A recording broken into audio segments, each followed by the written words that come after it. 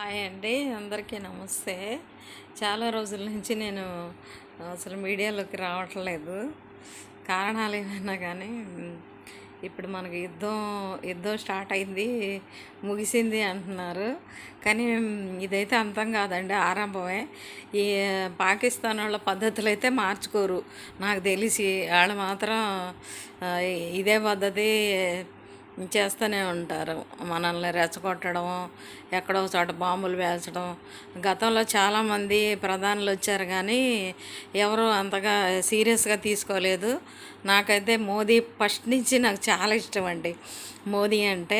మోదీ గారన్నా ఆయన పార్టీ అన్నా చాలా ఇష్టము.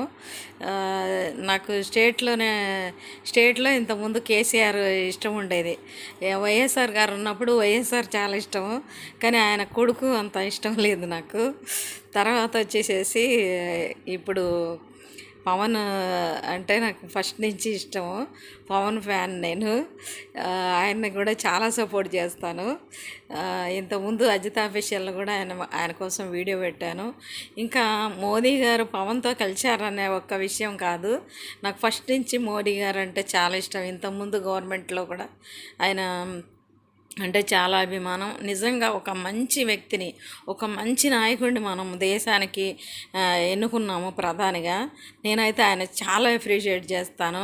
ఆయన ఆడపిల్లల నుదుట సింధూరం తీసేసినందుకు, ఆయన సొంత ఆడపడుచులకి ఇదైనంత ఇదిగా, అంటే మనమంతా ఆయన పిల్లలమే, నిజం చెప్పాలంటే ఆయన సంతానమే మనం. అలా ఫీల్ అయ్యాడు ఆయన, ఫీల్ అవ్వాలి కూడాను.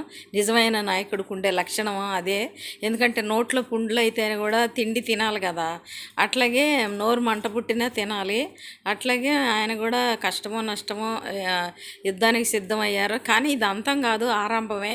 వాళ్ళు మాత్రం పోరంబోకులను తయారు చేస్తూనే ఉంటారు పాకిస్తాన్ వాళ్ళు. ఇలా ఎప్పుడు ఇది జరుగుతూనే ఉంటుంది. మనకి పూర్తి స్థాయిలో వాళ్ళు ఆపుతారు అనేది నాకు నమ్మకం లేదు. ఎందుకంటే ఆయన ఏమంటారు, ట్రంప్ మాత్రం ఏమీ పట్టించుకోలేదు. వీళ్ళే ఫోనులు చేసి ఆపిచ్చారు యుద్ధాన్ని బతిలాడుకొని. కానీ వీళ్ళని ఎంతవరకు నమ్మొచ్చు అనేది మనకు తెలియని విషయము. కానీ ఏది ఏమన్నా కానీ మనం కొంతమంది జవాన్లని కోల్పోయాము. ఎందుకంటే వెనకట్లో ఒక ఏం చెప్తారు, ఈయన భీముడు అజ్ఞాతవాసంలో ఉండగా పాండవులు వాళ్ళ పాండవులని కూడా తెలియదు. పక్కింటి ఆవిడకి ఒక్కడే కొడుకుంటాడు ఆమెకి. అయితే ఈయన ఏమంటారు, నరకాసురుడు అనే ఉంటాడు కదా, రాక్షసుడు. ఆయన ఊరి